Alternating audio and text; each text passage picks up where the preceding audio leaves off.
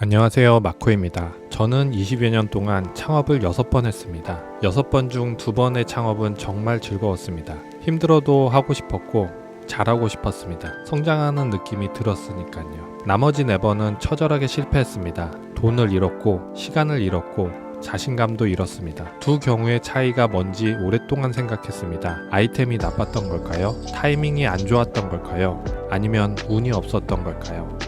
아닙니다. 잘 맞은 창업과 실패한 창업의 차이는 딱 하나였습니다. 나와 맞는 일이었는가?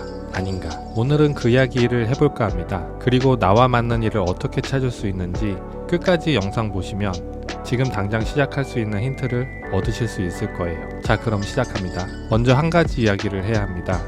저는 이 시리즈에서 특정 창업을 추천하지는 않습니다. 식당을 해라, 커피집을 해라, 공인중개사를 해라, 이렇게 말할 수가 없는 거예요.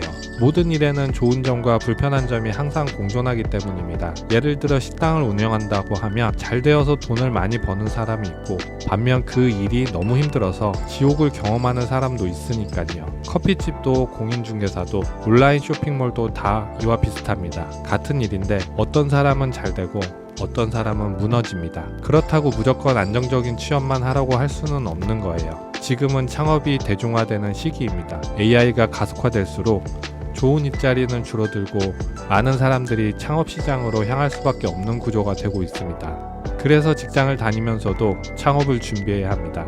취준생도 늘 창업을 준비하면서 직장을 구해야 합니다. 기회가 왔을 때 실행하고 지속해 나가려면 미리 준비가 되어 있어야 합니다. 그렇다면 무엇을 준비해야 될까요? 나와 맞는 일을 찾는 겁니다. 저의 6번 창업 경험이 그것을 가르쳐줬습니다. 잘 맞았던 2번의 창업에는 공통점이 있었어요. 주변에서 아무도 응원하지 않았습니다. 그게 잘 될 수 있을지 확신도 없었습니다. 그런데 이상하게도 그 일을 하면서 다른 사람의 의견이 별로 중요하지 않았습니다. 그 일 자체에 집중할 수 있었어요. 돈보다 그 일을 잘하고 싶다는 마음이 먼저였습니다. 하나는 부동산 중개업이었고 하나는 지금 하고 있는 마인드 PT 콘텐츠 비즈니스입니다. 이 두 가지 일을 할 때 일이 목적이 됐습니다. 그 일을 통해 내가 무엇을 해야겠다는 목표도 뚜렷했습니다. 돈은 그 다음이었어요. 반면 실패한 4번의 창업은 달랐습니다. 남들이 좋다고 하니까 해봤어요. 해보자고 권유한 사람이 있어서 들어갔는데 생각해보면 오롯이 돈만 보고 한 창업이었습니다. 막상 시작하니 흥미가 너무 떨어졌습니다.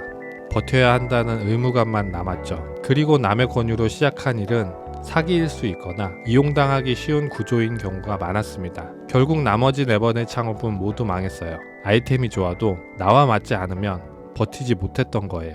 반면 나와 맞는 일은 힘들어도 혹은 당장 돈이 많이 벌리지 않더라도 계속하게 되더라고요. 그리고 좋아해서 계속하는 일이 내 업이라는 것을 알게 됩니다. 그렇다면 나와 맞는 일은 어떤 느낌일까요?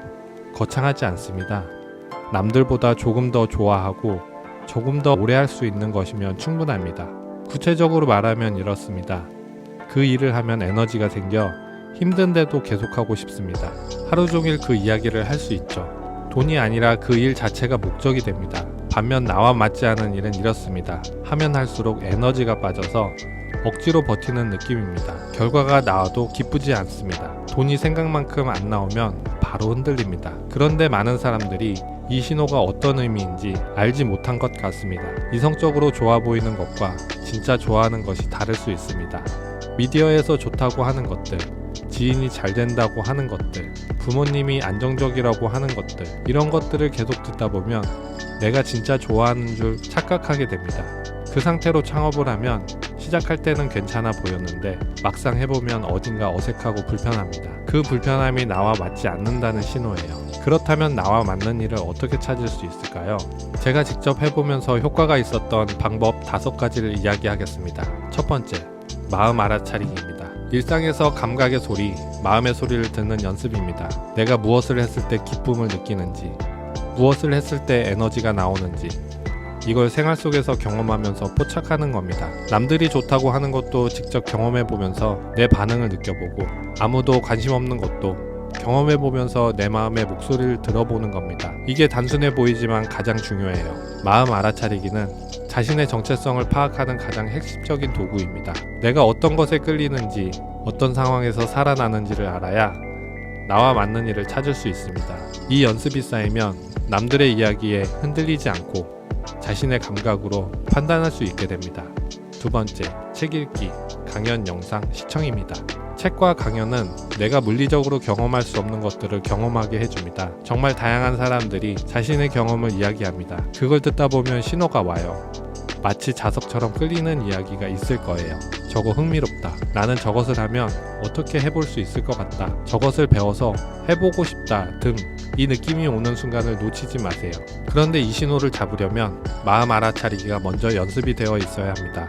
평소에 자신의 감각을 연습해둔 사람은 그 신호를 잡아서 사유를 할 수 있게 됩니다. 그렇지 않은 사람은 그냥 지나쳐 버리는 거예요. 끌리는 이야기를 발견했다면 그에 관련된 책이나 영상을 더 찾아보면서 깊이 들어가세요. 그게 관문이 됩니다. 세 번째, 메모입니다. 우리는 무조건 잊어버립니다. 자신이 너무 좋아하고 흥미가 있더라도 디테일은 잊어버리고 느낌만 남아버립니다. 그래서 기록이 필요해요. 저자나 강연자의 말을 기록하는 것도 중요하지만 더 중요한 건 자신이 느낀 점, 떠올린 아이디어, 목적, 목표를 기록하는 거예요. 이 생각들이 기록으로 쌓이면 생각이 구체적으로 발전됩니다. 그리고 그 생각이 행동으로 이르게 하는 힘이 돼요. 생각은 기록하지 않으면 사라집니다. 기록된 생각은 살아남아서 더욱 구체적인 생각으로 만들어내는 거예요. 네 번째, 달리기입니다. 마인드 PT에서 달리기는 모든 영역에 공통으로 적용되는 훈련법입니다. 달리기를 하는 동안에는 온전하게 자신의 호흡과 심박수를 집중하게 됩니다. 그러면서 자연스럽게 마음의 소리에 집중하게 됩니다.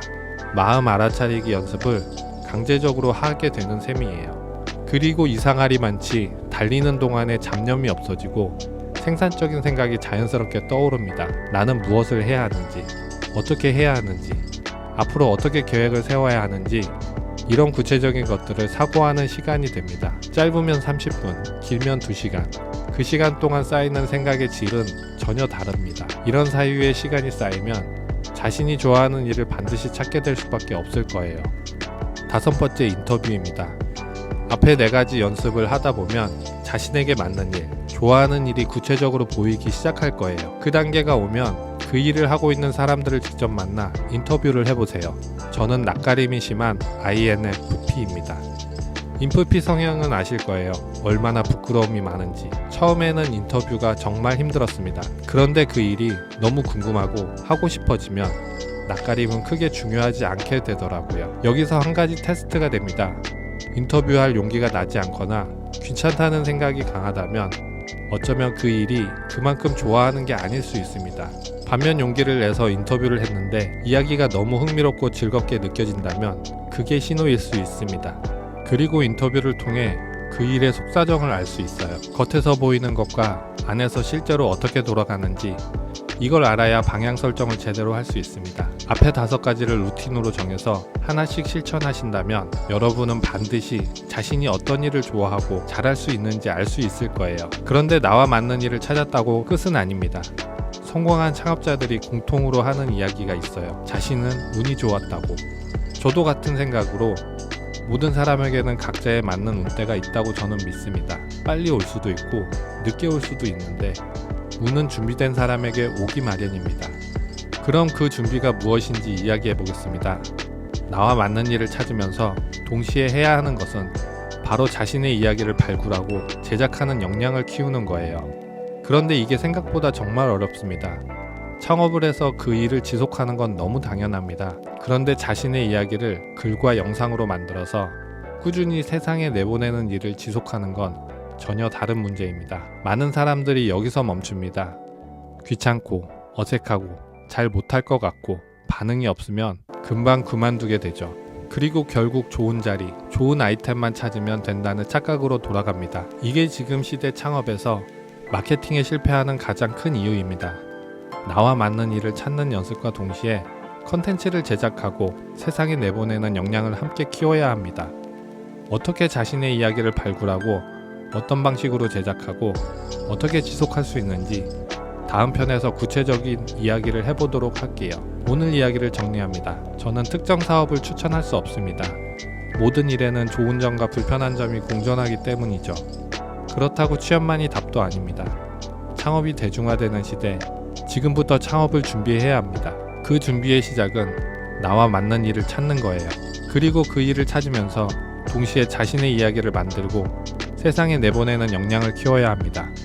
마음 알아차리기, 책 읽기, 강연 영상 시청, 메모, 달리기, 인터뷰. 이 5가지를 꾸준히 하다 보면 자신이 하루 종일 이야기할 수 있는 주제를 찾게 될 거예요. 여러분은 한 주제를 가지고 하루 종일 이야기할 수 있나요? 만약 없다면 오늘 말한 5가지 연습 방법으로 자신의 이야기를 찾아보시기 바랍니다. 오늘 영상 이것으로 마치겠습니다. 밥 먹듯 사랑합시다. 마인드 PT 마코였습니다.